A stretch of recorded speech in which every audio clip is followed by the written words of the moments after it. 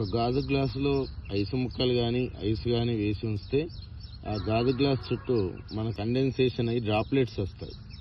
అదేవిధంగా చలికాలంలో ఇప్పుడు ఉదయం 6 o'clock అవుతుంది. మీరు పంట పొలాల్లో కనుక చూస్తే ఇలా ఆకుల మీద వాటర్ డ్రాప్లెట్స్ ఉన్నాయి. ఈ వాటర్ డ్రాప్లెట్స్ ఫామ్ కావడానికి కారణం కండెన్సేషన్. సో శీతాకాలంలో very early morning temperatures down అవుతాయి. దానివల్ల గాలిలో ఉండే హ్యూమిడిటీ గడ్డ కట్టుకొని పోయి కండెన్సేట్ అయ్యి తిరిగి నీటిగా మారుతుంది. కాబట్టి గడ్డి పోచల పైన ఈ మొక్కజొన్న తోటలో మనకు ఆకుల పైన on the blades of grass water droplets కనిపిస్తాయి.